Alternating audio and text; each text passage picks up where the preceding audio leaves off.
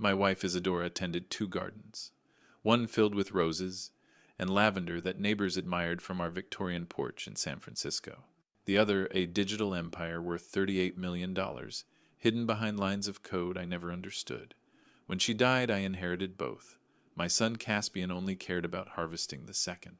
The day he discovered the fortune, he demanded I sign it all over to save his failing real estate company. When I refused, he had me declared mentally unfit and threw me out of my own home.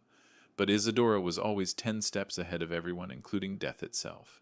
She left me more than money, she left me a weapon. And when Caspian finally came to claim what he thought was his, he found me waiting in her secret garden, where her ghost had been preparing his destruction for months. But I am getting ahead of myself. Let me tell you how it all began 3 weeks after we buried my beloved Isadora in the hills overlooking the bay. The lawyer's office smelled of leather and old money, the kind of place where fortunes changed hands with the scratch of a pen. Lysander Cross sat behind his mahogany desk, his silver hair perfectly combed, his eyes holding secrets. I was about to learn. I had come expecting to sign papers for Isadora's modest teacher's pension. What I discovered instead shattered everything I thought I knew about my wife of 42 years. "Mr. Blackwood," Lysander said, adjusting his wire-rimmed glasses, "your wife's affairs were considerably more complex than you might have imagined." I shifted in the leather chair, feeling small in my worn cardigan. Beside me, my son Caspian drummed his fingers impatiently on the armrest. At 45, he had inherited his mother's sharp intellect, but none of her warmth. His expensive suit and gold watch spoke of success, though I had begun to suspect it was largely borrowed success. "She had a pension, some savings," I said quietly. "Nothing complicated about that." Lysander's smile was gentle but knowing. "Mr. Blackwood, your wife was one of the pioneering software architects in Silicon Valley. She developed applications under various corporate partnerships that are still generating substantial royalties today." He slid a thick folder across the desk. The numbers on the first page made no sense to me. Too many zeros, too many commas. "The total value of the Isadora Blackwood Trust," Lysander continued as of this morning, "is $38,400,000. You are the sole beneficiary." The words hung in the air like smoke. I felt the blood drain from my face. This was impossible. My Isadora, who clipped coupons and mended my old sweaters, who worried about the electric bill and bought day-old bread from the bakery. She could not have been hiding millions. Caspian's reaction was immediate and telling. His drumming fingers stopped, his breathing quickened. When he looked at me, I did not see surprise or concern for his confused father. I saw calculation. I saw hunger. "Dad," he said, his voice suddenly smooth as honey, "this is incredible news, but also incredibly complicated. A fortune this size requires professional management. My company has experience with large asset portfolios. We should transfer everything into a more efficient structure immediately." The speed of his response chilled me. He had not asked how I was feeling. He had not wondered aloud about his mother's secret life. He had moved straight to acquisition. "I need time to process this," I said, my voice barely above a whisper. "Time is exactly what we do not have," Caspian replied, leaning forward. "The markets are volatile. Real estate opportunities are fleeting. Every day we wait is money lost." Lysander cleared his throat. "Perhaps we should schedule another meeting when Mr. Blackwood has had a chance to," No, Caspian interrupted. "Dad, you are 70 years old.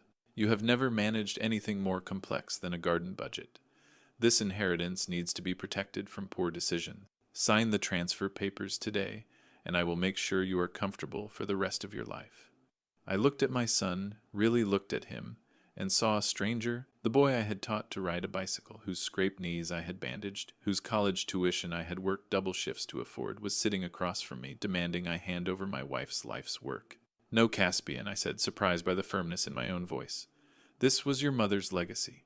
I will not sign it away in a lawyer's office an hour after learning it exists." His mask slipped for just a moment. The honey voice turned to ice. "Then you leave me no choice, Dad. If you cannot make rational decisions about your own welfare, I will have to make them for you." When I refused to sign, he smiled coldly and said the words that changed everything. "Enjoy your last night in Mom's house. Tomorrow you will discover just how powerless a confused old man can be." Caspian kept his promise with surgical precision.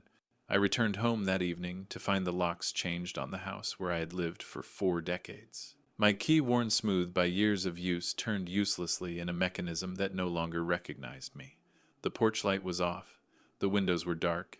Even the garden sprinklers had been turned off, leaving Isadora's roses to wilt in the California drought. I knocked on the door, my own door, feeling ridiculous and desperate. Through the frosted glass, I could see movement, shadows passing back and forth. My son and his wife, Serafina, were inside, probably cataloging everything they now considered theirs. Caspian, I called out, my voice echoing in the empty street. This is my home. Open the door. His voice came through the wood, muffled but clear. Dad, you are not thinking rationally. We cannot allow you to make decisions that will hurt the family's financial future. Stay at a motel tonight. When you are ready to sign the papers, call me. I raised you in this house, I said, pressing my palm against the door. Your mother planted every flower in this garden. You cannot lock me out of my own life. Serafina's voice joined his sharp and cutting. Ezra, you are being dramatic. We are trying to help you. A man your age should not be living alone anyway. We have already contacted some very nice assisted living facilities. The casual cruelty of it stole my breath. They had planned this. While I was sitting in shock in Lysander's office, they had been making phone calls, changing locks, arranging my exile. I was not a father to them. I was an obstacle to be managed. I walked down the front steps and stood on the sidewalk looking up at the house where I had loved and been loved for so many years. The Victorian's gingerbread trim looked skeletal in the streetlight. The garden Isadora had tended with such care was already showing signs of neglect. In 3 hours, my son had turned my sanctuary into a prison I could not enter. The fog was rolling in from the bay, carrying with it the chill that made San Francisco summers feel like winter. I pulled my cardigan tighter and began walking. I had nowhere to go, and no plan beyond putting one foot in front of the other. The Mission District at night was a different world from the quiet neighborhood I knew in daylight. Neon signs buzzed and flickered. Music spilled from bars where young people lived lives I could not imagine. I found myself on a bench in Dolores Park, surrounded by the shadows of palm trees and the distant hum of the city. For the first time since Isadora died, I cried. Not the dignified tears of grief I had shed at her funeral, but the raw, ugly sobs of a man who had lost everything twice in 3 months. That is when I felt it. Something hard and unfamiliar in the inside pocket of my cardigan. I reached in and pulled out a brass key I had never seen before. It was old-fashioned ornate with a tag attached by a thin chain. In Isadora's precise handwriting, the tag read, "For the garden behind the garden. When all else fails, look where the roses remember." My hands trembled as I held the key up to the streetlight. Isadora had somehow slipped this into my pocket, but when I had worn this cardigan to the lawyer's office, but I was certain the pocket had been empty when I dressed that morning. Unless, the memory came back like a whisper. The morning of her funeral, as I was getting dressed, I had found her in our bedroom, sitting on the bed in her favorite dress. For just a moment in my grief-clouded mind, I thought she was alive. But it was Serafina, wearing Isadora's clothes, going through her jewelry box. "I wanted to see how this looked," she had said, fingering my wife's pearl necklace. Isadora would want her things to stay in the family. She had hugged me, then a brief embrace I thought was comfort. Now I realized she had been planting something. But how could she have known what would happen? How could anyone have predicted Caspian's betrayal? I stood up from the bench, the key warm in my palm. "Look where the roses remember," I whispered to the fog-shrouded park. There was only one place that could mean the community garden where Isadora had volunteered every Saturday for 20 years. The place where she had taught neighborhood children to plant seeds and tend growing things. The place where she had been happiest, her hands deep in soil, her face turned toward the sun. I walked the 12 blocks through empty streets, the brass key my only compass. The community garden was locked at night, but there was a gate in the back that Isadora had shown me once, hidden behind a wall of climbing jasmine. The brass key led to a door I had never noticed in 40 years of marriage. It fit perfectly. The door opened silently, as if it had been waiting for me. Beyond the threshold lay not the familiar community garden I had visited countless times, but something that belonged in a science fiction novel. The space was larger than should have been possible, carved deep into the hillside behind the garden plots. Soft blue lights illuminated a corridor lined with what looked like living walls, vertical gardens where exotic plants grew in perfect geometric patterns. The air hummed with quiet energy. Climate control systems whispered overhead. As I stepped inside, motion sensors triggered gentle lighting that guided me deeper into what could only be described as an underground botanical paradise. "Welcome, my love." I froze. The voice was unmistakable, though it came from speakers I could not see. Isadora's voice as clear and warm as if she were standing beside me. "I know you are frightened," the voice continued. "I know you are confused. But you found the key, which means Caspian has shown his true nature. I am so sorry, Ezra. Sorry that I could not spare you this pain, and sorry for the secrets I kept. My legs gave way. I sank onto a stone bench beside a fountain where water cascaded over smooth river rocks. This was impossible. My wife was dead. I had held her hand as she slipped away. I had watched them lower her coffin into the ground. You are not losing your mind, Isadora's voice said gently, as if reading my thoughts. What you are hearing is an artificial intelligence I spent 5 years developing. I recorded thousands of hours of conversations, mapped every inflection of my speech, every pattern of my thoughts. When I knew the cancer was winning, I poured everything I could not say to you into this system. A section of the living wall slid away, revealing a room that took my breath away. Banks of monitors covered 3 walls, displaying data streams I could not begin to understand. In the center sat a chair that looked like something from a starship, surrounded by keyboards, touchscreens, and devices I had no names for. This is my real workshop, Ezra, the place where I built our future and prepared for our son's betrayal. I walked to the chair on unsteady legs. The moment I sat down, the screens came alive with images and documents. Financial records, email exchanges, surveillance footage from cameras I had not known existed. Caspian has been stealing from his clients for 3 years, Isadora's voice explained as the evidence scrolled past. Shell companies, inflated invoices, phantom construction projects. He has built his success on fraud, and it is all documented here. I watched security camera footage of my son in his office shredding documents, email chains where he discussed hiding assets from divorce proceedings, bank records showing money flowing from client accounts into personal investments. But why, I whispered. Why did you not tell me? Why did you not stop him? Because I hoped I was wrong, the AI replied, and I could hear the sadness that had been programmed into every syllable. Because he is our son, and I wanted to believe that love could change him. But when I was diagnosed, I realized I could not protect you from beyond the grave with hope alone. I needed weapons, more screens activated, showing a complex web of financial holdings. Through various shell companies, I have quietly acquired controlling interests in Caspian's major creditors. He thinks he owes money to 3 different banks. In reality, he owes it all to you. With a single command, I can call in every loan, freeze every account, and reduce his empire to rubble. The magnitude of what she had built overwhelmed me.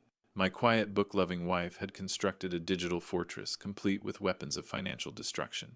There is more, the AI continued. Caspian abandoned a child when he was 23. A daughter he has never acknowledged, never supported. Her name is Ophelia Rivers, and she is brilliant, kind, and everything he is not. I have been supporting her education in secret for years. She knows nothing about you, but she deserves to know her grandfather. A photograph appeared on the central screen. A young woman with Caspian's dark eyes, but none of his cruelty. She was standing in front of a university library, books clutched to her chest, smiling at something outside the frame. She is 22 now, Isadora's voice said softly. A graduate student in environmental engineering at UC Berkeley. She wants to design systems that heal damaged ecosystems. She is who Caspian could have been if greed had not poisoned his heart. I stared at the photograph of my granddaughter, a family member I had never known existed. The betrayal cut even deeper now. Caspian had not only hidden his crimes from us, he had hidden his child. What do you want me to do? I asked the empty room. I want you to choose, Isadora's voice replied. You can walk away, take the money, and disappear. Start a new life, somewhere Caspian will never find you. Or you can stay and fight. Use the weapons I have built to teach him that actions have consequences. The screens around me pulsed with soft light, waiting for my decision. In the silence, I could hear the whisper of the climate control systems, the gentle splash of the fountain, the quiet hum of technology beyond my understanding. Her voice, identical to my dead wife's, whispered, I have been waiting, my love. It is time to teach our son a lesson. I did not hesitate. I choose to fight. The moment the words left my mouth, the room transformed. Screens that had been dormant suddenly blazed to life, displaying maps, financial charts, and what looked like a military-style operational plan. Isadora had not just prepared for this possibility, she had orchestrated it down to the smallest detail. I knew you would choose love over safety, the AI said, and I could hear the pride in her digitized voice. You always did, even when it cost you. That is why I married you, Ezra Blackwood. That is why I trusted you with this. The central screen displayed a timeline marked with precise dates and actions. Phase 1, Phase 2, Phase 3. Each step was labeled with clinical precision, but I could feel Isadora's fierce protectiveness behind every calculated move. The first phase begins at dawn, she explained as documents scrolled past. Caspian's primary construction loan comes due next Friday. The bank will demand immediate payment of $4.2 million. He has been counting on an extension, but the loan officer he has been bribing no longer works there. I watched as emails appeared on screen showing Caspian's increasingly desperate attempts to reach someone named Martinez at Pacific Coast Credit Union. The responses were automated messages stating that Martinez had been terminated for ethical violations. "You fired him?" I asked. "I provided evidence of his corruption to the bank's board of directors," Isadora's voice replied with satisfaction. Martinez was taking payments to approve loans for unqualified borrowers. The bank was very grateful for the anonymous tip. More screens activated, showing a web of financial pressure points. Caspian's empire was built on borrowed money, extended credit, and the assumption that his connections would always protect him. Isadora had systematically removed those protections. Phase 2 involves his reputation, the AI continued. Tomorrow morning, the San Francisco Chronicle will receive an anonymous package containing evidence of his fraudulent billing practices. The story will run on Thursday, 2 days before his loan payment is due. I felt a chill of recognition. "You are destroying him piece by piece." "I am revealing him piece by piece," she corrected. "The destruction is his own work. I am simply removing the shadows where he has been hiding." A soft chime echoed through the chamber, and one of the monitors displayed a security feed from the community garden above. A figure was approaching through the early morning mist. "Lysander Cross," Isadora's voice announced. "I asked him to meet you here once you had made your choice." I watched the lawyer navigate the garden paths with the confidence of someone who had made this journey before. Within minutes, he was standing in the doorway of the secret chamber, looking entirely unsurprised by the high-tech wonderland around him. "Good morning, Ezra," he said, settling into a chair beside the central console. "I see Isadora has brought you up to speed. You knew about all of this?" I asked. "I helped design it," Lysander replied with a slight smile. "Your wife was many things, but she was not a lawyer. She needed someone who understood the legal framework for what she was building." He produced a tablet from his briefcase and began scrolling through documents. "The beauty of Isadora's plan is that it operates entirely within the law. We are not framing Caspian for crimes he did not commit. We are simply ensuring that the crimes he did commit come to light at the most inconvenient possible moment." The AI's voice filled the chamber again. "Lysander will handle the legal aspects of Phase 3. When Caspian realizes he is losing everything, he will come here looking for you. He will be desperate, dangerous, and completely unprepared for what he finds." "What will he find?" I asked. "The truth," Isadora replied. "About Ophelia, about his crimes, about the fact that his inheritance was never guaranteed. I amended my will 6 months before I died, Ezra. If anything happens to you, if you are declared incompetent, if you die under suspicious circumstances, if you simply disappear, the entire estate passes immediately to Ophelia Rivers." Lysander nodded grimly. "Caspian has no idea that threatening you was the worst possible strategy. Every move he makes against you only strengthens her legal claim to the inheritance." I stared at the screens surrounding me, each one displaying another facet of my wife's elaborate chess game. She had anticipated every possible move, prepared for every contingency. Even death had not stopped her from protecting the people she loved. "When will it begin?" I asked. "It already has," the AI replied. "At 6 this morning, Pacific Coast Credit Union sent Caspian a formal notice of loan acceleration. By noon, 3 of his largest clients will have received anonymous tips about his billing irregularities. By evening, his office phones will stop ringing." I felt a strange mixture of awe and terror. My gentle book-loving wife had become a digital ghost with the power to destroy lives with a few keystrokes. "There is something else you need to know," Lysander said quietly. "Isadora recorded personal messages for you. Hours of them. Conversations she wanted to have but never had the chance. The AI can access them whenever you are ready." The weight of that offer nearly broke me. The possibility of talking to my wife again, even in this artificial way, was both a gift and a torment I was not sure I could handle. "Not yet," I whispered. "First we finish what she started." The screens around me pulsed with renewed energy, and I could almost feel Isadora's presence in the room, not supernatural but technological. Love transformed into code devotion, programmed into circuits. The first phase of Isadora's revenge would begin at dawn, but dawn was already breaking over San Francisco, painting the sky the color of justice. I watched Isadora's ghost wage war from beyond the grave. The screens in the secret chamber became windows into Caspian's crumbling world. Security cameras I had not known existed showed me his office, building his home, even the interior of his car. Isadora had been watching our son for years, documenting every lie, every shortcut, every moment when he chose greed over integrity. At 8:15 in the morning, I watched him stride into his downtown office with the confidence of a man who believed himself untouchable. His assistant handed him a stack of messages, and I could see his face change as he read the first one. Pacific Coast Credit Union. Loan acceleration. Immediate payment required. He is calling his contact at the bank. Isadora's voice, narrated as Caspian grabbed his phone. The man who has been taking bribes to approve his extensions. He does not yet know that Martinez was fired yesterday. Through the office surveillance system, I could hear my son's side of the conversation. His voice started confident, then became confused, then desperate. What do you mean he no longer works there? I spoke to Martinez last week. We had an arrangement. The new loan officer, a woman named Peterson, was apparently less susceptible to charm and cash payments. I watched Caspian's face flush red as she explained that his loan was in default and that the bank would be freezing all associated accounts pending a full audit.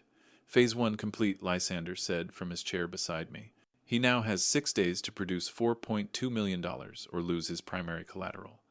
But Isadora was not finished. At 10:30, the screens showed Caspian's assistant fielding increasingly frantic phone calls.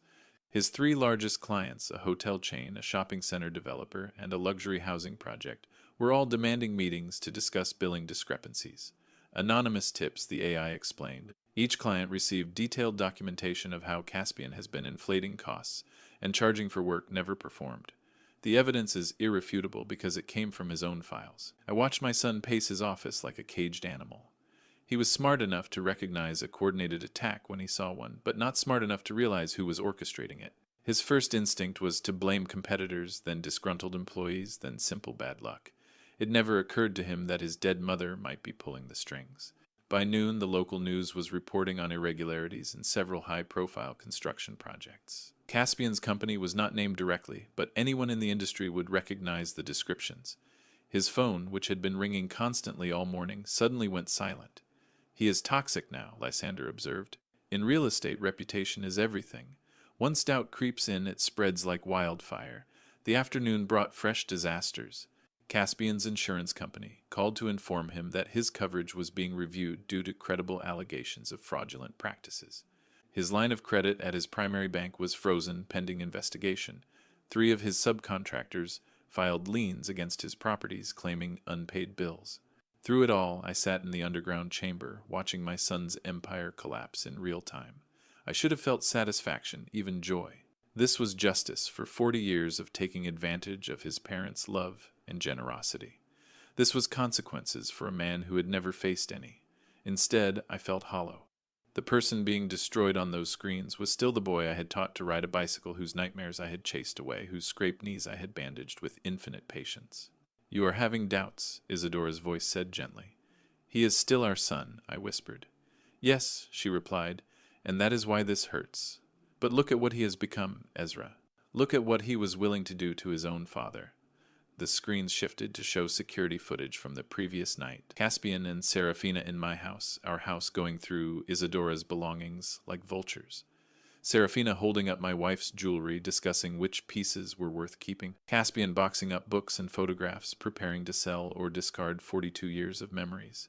They were dividing our life into assets and liabilities before your side of the bed was even cold, the AI said. This is not punishment, my love. This is education. Some people only learn when the consequences are severe enough to break through their selfishness. At 4 o'clock, I watched Caspian leave his office building for what would be the last time. His shoulders were hunched, his confident stride replaced by the uncertain shuffle of a man who no longer controlled his own destiny. He climbed into his expensive car, one of the assets that would soon be repossessed, and drove home to face Serafina's questions.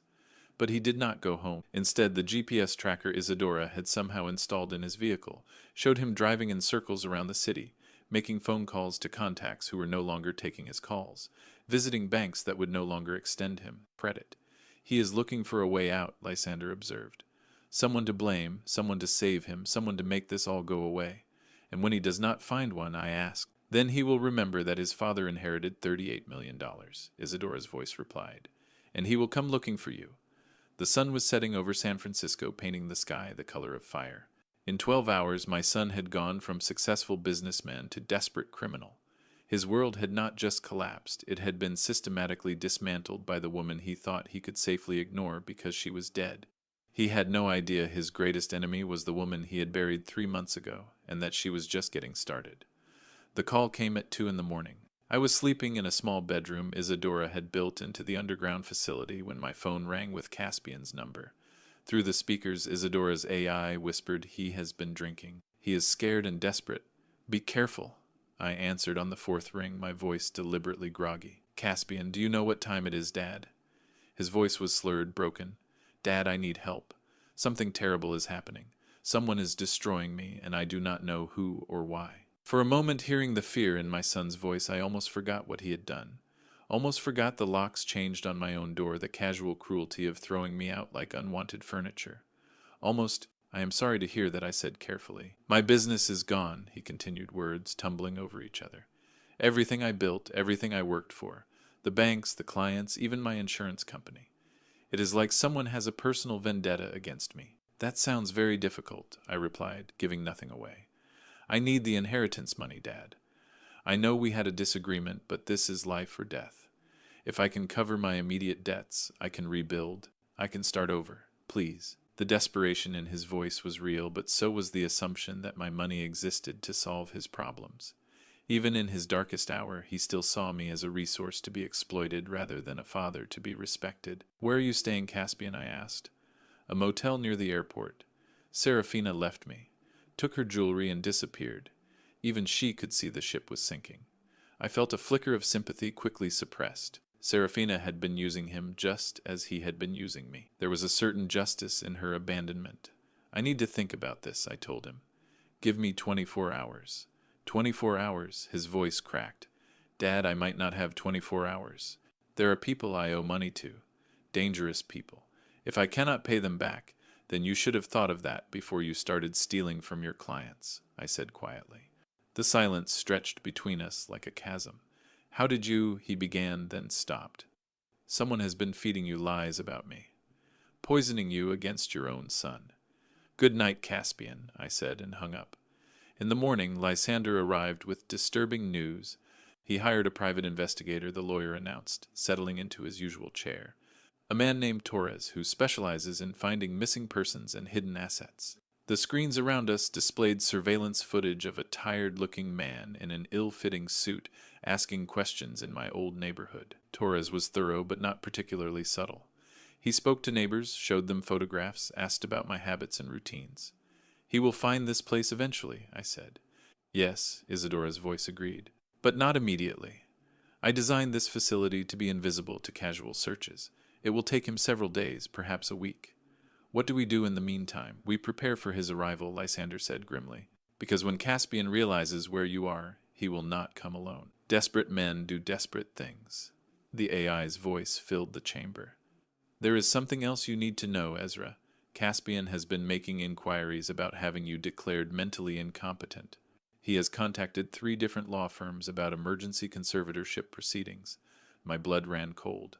"He wants to have me committed. He wants to have you legally declared unable to manage your own affairs," Lysander explained. "It is the nuclear option. If he can convince a judge that you are suffering from dementia or some other cognitive impairment, he can have himself appointed as your legal guardian. Then he would control the inheritance, regardless of your wishes. Can he do that?" "Not easily and not quickly," Lysander assured me. "But he can try. The fact that you have disappeared, that you are living in an underground bunker, talking to an artificial intelligence version of your dead wife, these things could be twisted to suggest mental instability." The screens showed Torres expanding his search, visiting the community garden where the secret entrance was hidden. He walked the paths, took photographs, spoke to other gardeners. He was getting closer. "How long do we have?" I asked. 48 hours, Isadora's voice replied. "Maybe less. Torres is more competent than he appears." I spent the day reviewing the final phase of Isadora's plan. It was elegant in its simplicity and devastating in its completeness. When Caspian finally found me, he would discover not just his father, but the truth about his entire life. The daughter he had abandoned, the crimes he had committed, the inheritance he would never receive. "Are you ready for this?" Lysander asked as evening approached. I looked around the chamber that had become my command center, my sanctuary, my wife's final gift to me. The screens pulsed with quiet light, monitoring a dozen different surveillance feeds. Somewhere above us, Torres was asking questions that would lead him here.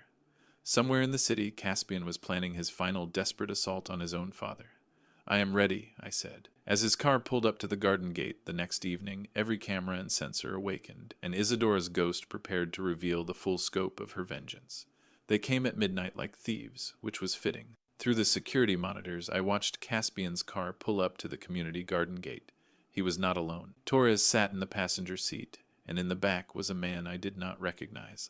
Large, rough-looking, the kind of person you hire when legal solutions are no longer sufficient. Muscle Lysander observed grimly from his position at the control console. Your son has decided that if he cannot inherit the money legally, he will take it by force. Isadora's AI voice filled the chamber with cold precision. All recording systems are active. Everything they do from this moment forward will be documented and transmitted to law enforcement automatically. I watched my son approach the hidden entrance with bolt cutters, his movements sharp with desperation and rage. The brass lock that had protected this sanctuary for so many years snapped like a twig under his assault. They descended into the corridor, their flashlight beams cutting through the soft blue illumination. I could hear their voices echoing through the speakers, Caspian's tense whispers, Torres's professional observations, the third man's crude suggestions about what they should do when they found me. Dad Caspian's voice boomed through the facility as they reached the main chamber. I know you are here. This ends tonight. I stepped out from behind the central console, my hands visible and empty. Lysander remained hidden in the shadows, his phone ready to call for help if needed. Hello, son, I said quietly. Caspian froze when he saw me, his eyes taking in the banks of monitors, the high-tech equipment, the impossible sophistication of what he had assumed would be a simple hiding place. This was not the confused old man he had expected to find cowering in a garden shed. What is this place? He demanded, his voice echoing off the stone walls. This is your mother's workshop, I replied. The place where she built the future you are trying to steal. Mom was a teacher, he said, but uncertainty crept into his voice as he stared at the screens surrounding us. Your mother was many things you never bothered to learn about, I said, including the person who has been destroying your life for the past week. The screens around us came alive with footage of Caspian's crimes.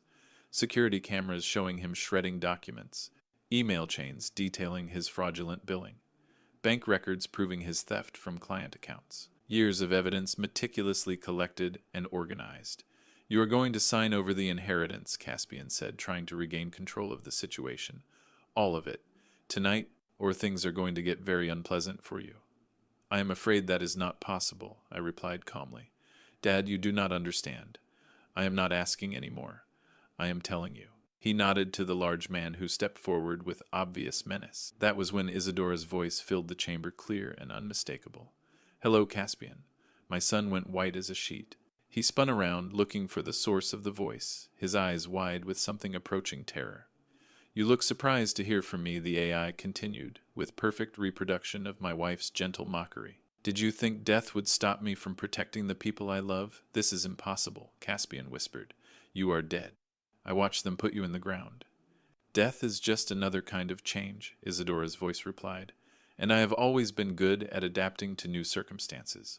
Better than you, certainly. The screens shifted to show new footage, Caspian and Serafina in our house, the night they locked me out, pawing through Isadora's belongings like scavengers.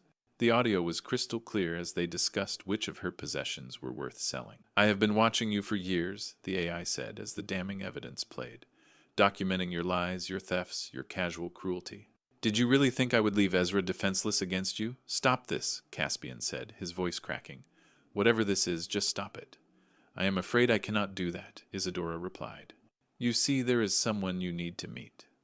The hidden door at the far end of the chamber slid open, and a young woman stepped into the light. She was exactly as she had appeared in the photographs, Caspian's dark eyes, but filled with intelligence and compassion instead of greed. Hello, Father, Ophelia Rivers said quietly. Caspian staggered backward as if he had been struck. No, this is not happening. This is Ophelia, I said, finding my voice. Your daughter, the child you abandoned 22 years ago. The granddaughter I never knew I had until your mother told me about her. Ophelia stepped forward, her chin raised with quiet dignity. I have been watching the news about your business troubles, she said. I thought you should know that I have no interest in following in your footsteps. You do not understand, Caspian said desperately. I was young. I made mistakes. But I can fix this. We can be a family. We could have been a family, she replied. 22 years ago. But you chose money over responsibility then, just like you are choosing money over decency now. The sound of sirens began to echo through the chamber, growing louder by the moment. Torres and his companion were already moving toward the exit, abandoning Caspian to face the consequences of his choices alone. The police have been watching this facility for the past hour, Lysander said, stepping out of the shadows. Everything you have said and done here tonight has been recorded and transmitted to law enforcement. The charges will include breaking and entering, attempted extortion, and conspiracy to commit elder abuse. Caspian looked around the chamber at the screens, showing his crimes at the daughter he had abandoned, at the father he had betrayed, at the ghost of the mother whose love he had never deserved. This is not over, he said, but his voice was hollow, defeated. Yes, it is, Isadora's voice replied with finality. You have lost everything because you chose to lose everything.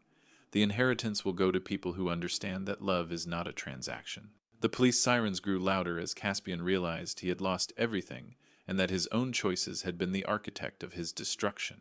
6 months later, I stood in the garden above ground watching Ophelia plant roses where her grandmother had once tended them. The criminal trial had been swift and decisive. Caspian was sentenced to 5 years for fraud, extortion, and elder abuse. Serafina had fled to Europe with what remained of their liquid assets, leaving him to face justice alone. The house where I had raised my son was sold to pay his victims. Some stories do not have happy endings for everyone, but some do have new beginnings. Grandfather Ophelia called from where she knelt among the flower beds. These roses are the same variety Grandmother Isidora planted in your backyard. Are they not? I nodded, unable to speak past the tightness in my throat. At 22, she had her father's intelligence, but her grandmother's heart. She was completing her master's degree in environmental engineering, designing systems to clean polluted waterways. The $38 million inheritance would fund her research and a dozen projects like it. She would be proud of you, I managed to say. She would be proud of us both, Ophelia replied, brushing soil from her hands, for choosing love over bitterness. The community garden had been transformed in the months since that terrible night. What had once been Isadora's secret workshop was now a teaching center where local children learned about sustainable agriculture and environmental restoration. The high-tech equipment had been donated to universities. The surveillance systems had been dismantled, but not everything had been erased. In the evening, when the garden was quiet and the last visitors had gone home, I would sometimes sit in the small office that had replaced the command center. There on a simple computer, Isadora's AI still lived, in a much simpler form, not the elaborate system of revenge and protection, but something gentler. A digital memory palace where I could access the thousands of hours of conversations she had recorded. You did it, I said to the empty room, knowing she could hear me through the microphone that remained active. You saved us all. Her voice, softer now, without the weight of warfare behind it, filled the small space. I saved what could be saved, my love. The rest was always up to you. I miss you, I whispered. I know, but look what we built together. Look at the granddaughter we found. Look at the good that will come from the money we never spent on ourselves. This is not an ending, Ezra. This is a legacy. Through the window I could see Ophelia locking up the greenhouse where she conducted her research. She had moved to San Francisco to be closer to me, taking an apartment just a few blocks from the garden. We had dinner together twice a week, sharing stories about the remarkable woman who had brought us together. She wants to take me to meet her mother next month, I told the AI. Isabella, the woman Caspian abandoned. Isabella is a good person, Isadora's voice replied. She raised our granddaughter with love and strength. She deserves to know that she will never have to worry about money again. I had already arranged for Isabella to receive a substantial trust fund, not charity but recognition, for the years she had spent being both mother and father to a child who should have had support from both sides of her family. There is something else, I said to the quiet room. Ophelia has been asking about her father, whether she should visit him in prison. The AI was silent for a long moment, processing not just data but the complex emotions Isadora had programmed into every response. What did you tell her? She finally asked. That forgiveness is not about forgetting, that she should do whatever brings her peace, not whatever makes others comfortable. Wise advice, Isadora's voice said with approval. She will make the right choice. She has good instinct. As if summoned by our conversation, Ophelia appeared in the doorway of the office. Grandfather, are you ready to go home? Not the house where I had been locked out, but the small apartment I had rented near the garden. A place filled with photographs of Isadora books we had collected together, and new memories being made with the granddaughter who had inherited her grandmother's curiosity and compassion. Yes, I said, standing up from the desk. I am ready. As we walked through the garden together, Ophelia slipped her arm through mine. Grandmother is still with us, is she not? She said quietly. I looked around at the thriving plants, the children's learning stations, the greenhouse where tomorrow's environmental solutions were being developed, with funding from a woman who had died 6 months ago, but whose influence continued to grow. Yes, I said, she is everywhere. The moral of this story is simple but powerful. Never mistake quietness for weakness, and never underestimate the fierce protective love of someone who truly cares for you. While greed makes loud demands and immediate threats, true strength lies in patient planning, documented facts, and the unshakable foundation of genuine love. My wife Isadora taught me that the most powerful weapon against cruelty is not revenge, but the systematic application of truth and consequences. She showed me that justice delayed is not justice denied. Sometimes it is justice perfected. If this story resonates with you, if you have ever felt powerless against someone who mistook your kindness for weakness, remember this: love is not passive. Love prepares. Love protects. And sometimes love fights back with a precision that can only come from truly knowing the worth of what you are defending.